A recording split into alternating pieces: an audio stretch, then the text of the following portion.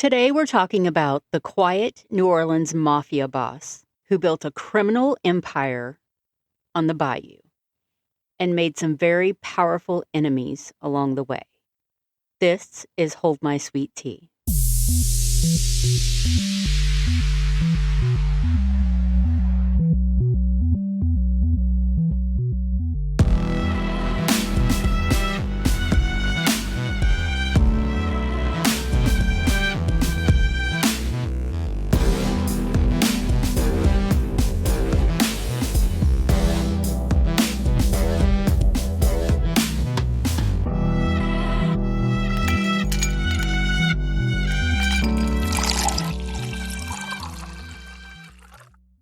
Welcome to Hold My Sweet Tea, the podcast that makes you drink tea with us. Just kidding. You don't have to drink tea. You can drink what you want. And I'm Holly. I'm Pearl. And sounds like we're like torturing people. I know. Like we're somehow waterboarding them or something. Right. I'm literally drinking like Powerade Zero right now. But with tea. With tea. We're going to waterboard you with tea. They're like, can I get sweet tea, please? Want your waterboard? That one's not sweet enough. That's the torture on sweet tea. Right, when it's not sweet enough. Yeah. Or it's too sweet. Like you got to find the middle. Yeah, you got to find that middle ground because tea can be too sweet. Although some people around here think not. And I'm like, look, you just dumped a half a bag of tea or sugar in that tea and it is way too sweet. You put half a bag of sugar in your 8-ounce glass of tea. Right. I'm like, bleh. All you're doing is drinking liquid sugar. Yes. But I guess there are people who love it. My diabetes would not agree. Diabetes. I'll be the next person on Wilford Brimley. I'll be like taking over those commercials. Right. And like in the South, people know how to make sweet tea. You don't add sugar to your cold tea. You have to do it before. But when I lived up in Oregon for several years, I would go to a restaurant and I'm like, oh, I want sweet tea. And they just look at you like you're stupid. And they'll bring you unsweet tea in a glass with ice and sugar packets. I'm like, what is this supposed to do for me? Like, just so you know, it's not going to melt. I'm going to stir this like 20,000 times and it's not going anywhere. I'm just going to be sit on the bottom. Using a straw, sucking sugar granules out with my tea. So if you live in the North, what you should probably do is order hot tea and a glass of ice. That's what I started doing. And a glass of ice water, drink some of it out, and then I would order like hot tea, like black tea or whatever, and then put my sweetener in there, mix it up, make my tea right there. And I was like, there we go. Yeah, better. Now that we've talked about the tea. Moving right along. That is a crime. Yeah. True crime. It is. It really is a true crime. And that is against the law of the South. So there you have it, folks. That's your episode today. Yeah. Have a great one. No, I'm just kidding. And let us know how much sugar you put in your tea. That's right. How much is too much for you? Yes. You can send it to holdmysweetteapodcast@gmail.com. Absolutely. Now that we got that out of the way, we can jump into the story. The actual episode. Right. The actual tea of the tea. But today we're going to New Orleans. And you know what? We are in New Orleans. Live in Louisiana loca. Right. We haven't had a good New Orleans episode in a while. So I thought I'd bring us back home. There you go. I mean, we've bounced around all over the place. And for a while there, we were having a lot of very South Louisiana stories. So I thought I'd bring us back home. Tigger's bounce. Right. Tigger's bouncing around. That's doing what Tiggers do. That's right. Every time I hear the word bounce, that's what I think about. Tigger's bounce. Yep. So today we are going to talk about the quiet dawn of the bayou. Carlos Marcello. Now, if you live here, people know that name. They talk about it, especially if you're an older person. They kind of lower their voice when they say it. They're like, oh, yeah, the Marcellos. And they've always got some stories to tell about somebody's related to somebody or knew somebody who is in the Marcello family, because he still has, of course, lots of family that live in the area. And when you go into like the darker side of the city's history, his name will come up. Is there anything but the darker side? No, I'm just kidding. I'm kidding. There might be a light side. I don't know. I joke. I kid you. We like to live on the dark side. But, you know, if you're not from Louisiana, you might not even recognize the name at all, because it wasn't flashy like Al Capone. Everybody who's heard of a mob boss has heard of Al Capone. Mm-hmm. He didn't do like big interviews, or he didn't try to become famous. He didn't live a lavish lifestyle. There comes the popo, apparently. If y'all hear sirens, it's just ambiance, that's all. Yeah, that was not a sound effect that we chose to insert. Right. But for almost 40 years, if something illegal was happening across South Louisiana and parts of the Gulf South, there was a good chance it connected back to him.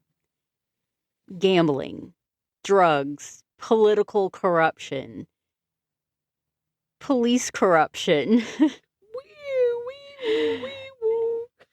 And according to some investigators, something even bigger. Because Carlos Marcello is also one of the mob bosses whose name that keeps showing up every time they discuss the assassination of John F. Kennedy. Why are so many people's names being brought up with John F. Kennedy? Don't know. Man, this is like a big conspiracy stretched across the whole entire United States. Exactly. But you'll see, like, when his comes up, then you're like, okay, well, maybe there is some truth to this theory, but we'll see. So let's talk a little bit about his early life. One thing that surprises people right away about Carlos Marcello is that he wasn't actually born in the United States. His real name was Calligero Minacor. He was born in 1910 to Sicilian immigrant parents who were, at the time, living in Tunisia for work. But when Carlos was still a kid, the family moved over to New Orleans. Because at that time, in the 1900s, New Orleans had a very large Sicilian community. And it was one of the biggest ones in the United States, like largest community. So lots of Sicilians in the area. And apparently a lot of them moved to Independence, Louisiana. Right. Because fun fact, we were just at the Sicilian Festival this weekend. Yes, we were. Eating lasagna. Yes. And Italian sausage. Oh my God, the Italian sausage was so good. It was so good. And we got a little sunburnt, but you know. Yeah. Slight ear sunburn. But that's Italiano. The ear sunburn? The ear sunburn. They just turned dark. I don't know. I kind of turned dark. My sunburn just went brown. On my arms, that's what it did. Mm-hmm. On my ears, they're still red. They're still red. But, you know, that community spread out from New Orleans. So they all kind of just came into the port of New Orleans. So there was this large Sicilian community there. So it was like family to him. So he had people that he was either related to or same culture. But that community had already been through something like extremely traumatic. In 1890, the New Orleans police chief, David Hennessy, was assassinated. Several Italian immigrants were arrested for the crime. then an angry mob stormed the jail and lynched 11 Italian men. Oh, wow. Mm-hmm. So it was one of the largest mass lynchings in American history that even pushed Sicilian communities to become extremely tight-knit and protective. In New Orleans, there's a lot. There's you have the Irish Channel. You have it's just a huge melting pot. Yeah. Of cultures. And literally below sea level, so it does look like a pot. It does. It's like a big old stinky gumbo pot down here. And within those communities, organized crime networks started quietly developing. So Carlos grew up right in the middle of that environment, and by the time he was a teenager, he had already dropped out of school. He was already getting into trouble. He said, "A life of crime for me." Right. A life of crime is the way for me. So Marcello was arrested several times when he was young. One of his earliest arrests was for armed robbery when he was 18. He ended up spending several years in prison. And this is something you see over and over in organized crime history. He had the armed robbery happened at a store. They didn't even get hardly any money, maybe $30. That was it. Oh, geez. So he spent jail time for $30. It was him and two other guys. But when it came down to it, he was like, I didn't even know them. Picked them up somewhere. Don't even know where they are, who they are. He knew them, did not rat them out. He took the fall for it, and he took the time for it. So this kind of was like, oh, well, maybe he can be trusted a little bit. So prison becomes networking. Marcello met other criminals, learned how the underworld worked. And when he got out, he was much smarter about how he operated because he was still doing petty crime stuff, but he gained some knowledge while he was in learning, there. Yes. And not the way they want you to learn. And one thing people did notice about him very early on, he was extremely quiet. Most mob bosses liked attention. He avoided it. He almost never spoke to the press. He rarely allowed photographs, and he ran his organization in a way that kept his name out of the headlines, which honestly made him even more dangerous. I was going to say more dangerous, more powerful, because everybody wants to be a part of that because he's not going to. Right. Yeah. And his loyalty is earning loyalty. People would report that if you were even in his office, in his area or whatever, and you started talking about something that he did not want to get out, he would make you get on the floor into the well of his desk. You're both crouched in there talking in low whispers because he didn't want anybody or anything to hear him. Mm-hmm. Just in case they were wiretapped or anything. Crazy. Yeah.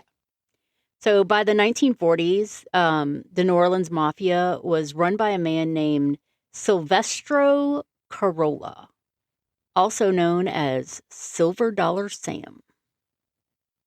Fun times. I want the ting sound, like a silver dollar. But eventually the U.S. government deported Carolla back to Italy. And that opened a door for Carlos, and he slowly took control of the organization. And he started expanding it dramatically. It wasn't just a tight-knit thing. He started pushing out across the Gulf South. So he unlike mob families from New York that just controlled that city, he was all in it. Louisiana, Mississippi, parts of Texas. His organization ran illegal gambling rings, slot machines. These were where the first slot machines came around the South. And it wasn't oh, I have this slot machine you could put in here. He was you're going to put this slot machine in here, or we'll come in here and bust all your windows out. Mm-hmm. Which he kind of started when he was younger. They had a window cleaning business, and that was his hook. We clean your windows? or you don't have any windows. So he was smart, and he ran things like a boss. He did loan sharking, drug trafficking, labor rackets, political bribery. And investigators later said something remarkable. For years, Marcello may have been the most powerful mob boss in the United States. But again, he was barely known outside of Louisiana. Crazy stuff. Mm-hmm. He ran his organization from a place in Metairie, just outside of New Orleans. It was called Churchill Farms. On the surface, it looked like a simple Italian restaurant. But according to the FBI, it functioned as headquarters for the New Orleans Mafia. So politicians would show up for lunch, police officials, business leaders, let's go eat at, Churchill Farms and whatever. But they weren't sure you were eating. But he would sit at a table and quietly conduct his meetings. The FBI did bug the place multiple times, but he was extremely careful, and he rarely spoke directly about crimes. And if somebody started asking questions, that was it. We're done here. End of this conversation. Done. Get out. He would use metaphors. He would use coded language, which becomes super important here later. So then... Do you serve ice cream here? Right. And exactly. No, we serve gelato. I see. Icy gelato. Maybe that's where snow cones came from. Right. Snowballs. Right. So this is about the time where everything started to change. So in 1961, John F. Kennedy became president. And his brother, Robert F. Kennedy, became Attorney General. And Robert Kennedy hated organized crime. He was on a mission to crack down on the mafia in the United States. He was I'm going after these mob bosses. We're getting them out of here. They're running things, and we don't like that. Mm-hmm. Marcello quickly became one of his top targets. But prosecutors couldn't make a criminal case stick against him. So Robert Kennedy decided to try something different. He looked into Marcello's immigration status. Marcello had lived in the United States pretty much his whole life, because he was a little kid when his family moved to New Orleans. But technically, they had never completed full citizenship paperwork. So Bobby Kennedy used immigration law to go after him, just like they did to old Silver Dollar Sam. They booted him out. Say, here we are. Mm-hmm. So this is where the story gets almost unbelievable. In 1961, federal agents literally grabbed Marcello off of the street in New Orleans, arrested him without warning, kidnapped him, basically, put him on a plane, and flew him to Guatemala, dumped him there in the Guatemalan jungle, and dipped. There was no hearing, no trial, nothing. Kind of sounds like what goes on these days. Wow. Yeah. Just plop, good luck. Yeah. So, he wakes up, he's like, where the hell am I? Walked for days, dehydrated, bug bites, all this stuff, until he got to a place where he could get to a phone and call his wife. And he even claimed that they beat him during the trip. They had beat the crap out of him and everything. But, he eventually, the government thought, okay, we solved this problem. We dropped this problem in the jungle. We dropped him in Guatemala. Surely he died. Surely. There ain't no way he's coming back here. But it wasn't long. Within a few months, back in the United States, he made it back. And according to FBI informants, he was absolutely furious with Bobby Kennedy. I guess so. I would be too. Yeah, I'd say. One informant later said that Marcello used a metaphor. He said, if you cut off a dog's tail, the dog will keep biting. But if you cut off the dog's head, the dog dies. So investigators later believed the tail reference to Robert Kennedy and the head reference to John F. Kennedy. Mm. So here's where the story gets even more strange. So a few years before Kennedy was assassinated, the CIA had actually been working with the mafia. That sounds like conspiracy theory, but it's real and documented. Before Fidel Castro took power in 1959, Havana was full of like mafia-run casinos. They made Havana. Like mob bosses like Santo Trafficante Jr. and Sam Giancana were making millions of dollars. This was in 1959, millions. When Castro came to power, he shut everything down. So the mob lost huge amounts of money. Mm-hmm.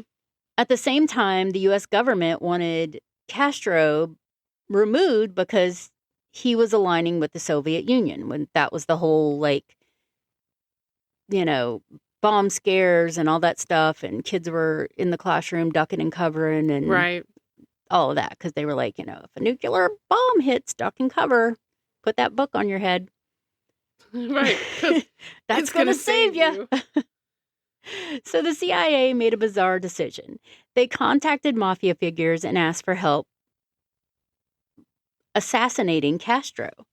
They even supplied poison pills that were supposed to be slipped into Castro's food.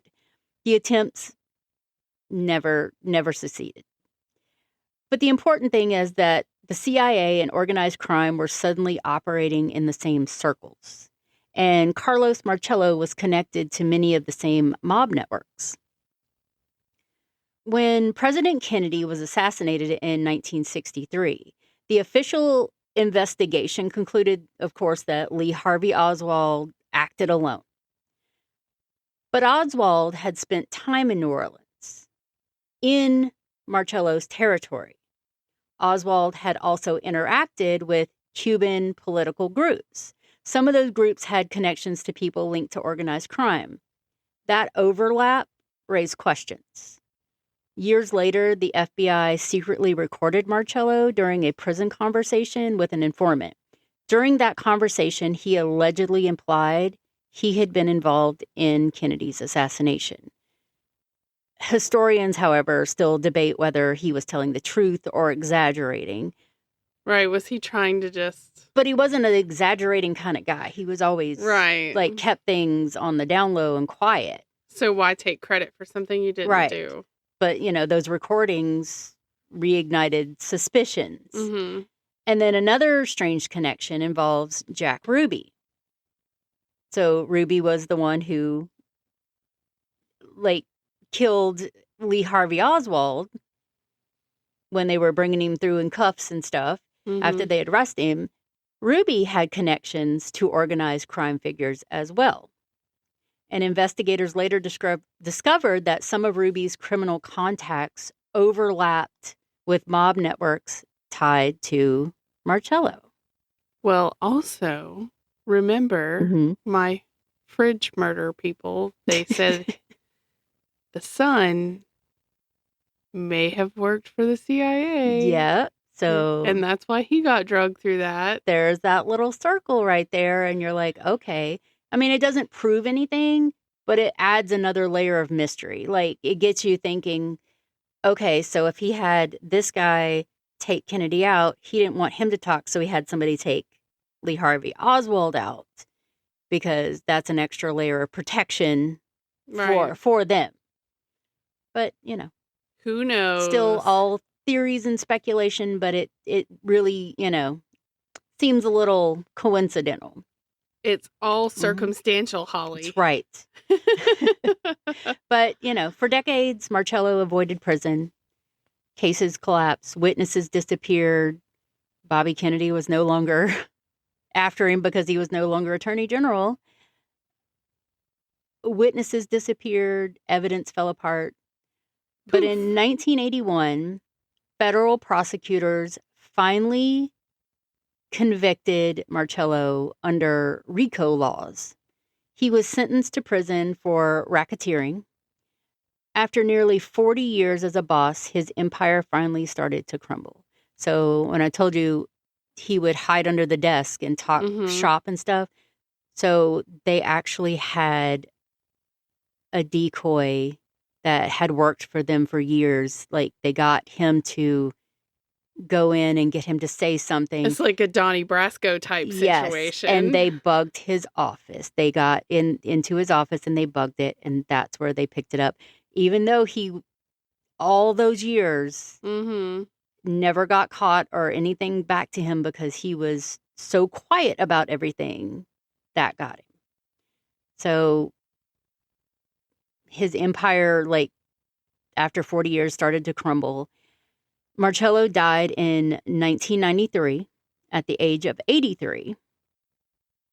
He never chased fame.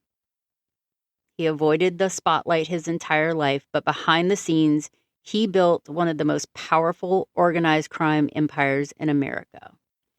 And depending on who you believe, his influence may have reached much further than Louisiana, possibly all the way to the White House.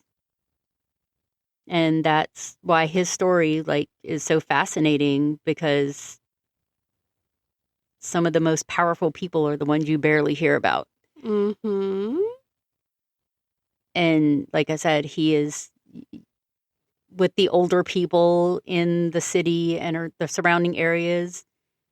They know that name. And I'm not saying yes or no, but there's still things that go on. There will be things that go on forever. Forever, like with the mafia and organized crime, of course, because they just move different. Louisiana, I think, is one of the most politically corrupt states in the United States. Absolutely. Everybody owes everybody a favor, and this person bought that person this and that, and money changes hands and things. And there's so much of it, so much of that good old boy stuff still happens here. It's like all about who you know. Yep. If you know the right people, you can get out of a lot of situations in this get into it. Yeah, a lot of situations. So yep. But that is the mob boss, the quiet dawn of the bayou. Bum bum bum. Right. Not the noisy dawn of the bayou. I'm sure if he was like Al Capone, or if he was, seeking the spotlight, he would have been caught. Oh yeah, that would have been over a lot faster. But he had politicians and police and very influential people in his back pocket. He was probably in all of his pockets. Yeah, all of his pockets, because he ran that. His pockets were full. Like a boss. But if you've ever heard of Carlos Marcello and want to chime in and tell us some stuff, or if you have family, or you are family. Tell us. We want to hear it. Look, we did that together. I know. Some juicy, juicy gossip. Some tea, if you will. Send it over to holdmysweetteapodcast@gmail.com. Isn't that the same place that you can send your Sweet Tea After Dark episodes to? Yes, it is. Oh my God, say it again just in case. holdmysweetteapodcast@gmail.com. Oh, I thought you said female.com. Okay, got you. Gmail. Just want to make sure everybody's aware. And now that we've done our crazy commercial at the end. Right. And, of course, our theme music. We can't forget about that. Yeah. She's a lady boss. She is a lady boss. I don't think she runs a mafia, but she might. She's still a lady boss. Yep. She runs her household. That's right. Like a dawn. Donut. That reminds me of those little mini donuts. Right, a donut. Donuts. Those are fun. She's right? fun. She's fun. She's about the size of a mini donut. There you go. Right. We love you, Patty. A little mini donut. Yes. It's her new nickname. Patty Donut Salzetta. There you go. And we'll know if you've listened to this episode, Patty, because you're going to be like, what the actual hell? Yeah. You guys need to quit it. Right. Or I'll break your windows. That's right. I'll come break your ankle caps. Oh my gosh. Okay. I'm going to come clean your windows or I'll break them. Yeah, my face hurts from I laughing. know. But as always, Hold My Sweet Tea is a Drunken Bee production. Bzz. And you guys remember to stay safe out there. And just because we're dipping doesn't mean you can't keep sipping.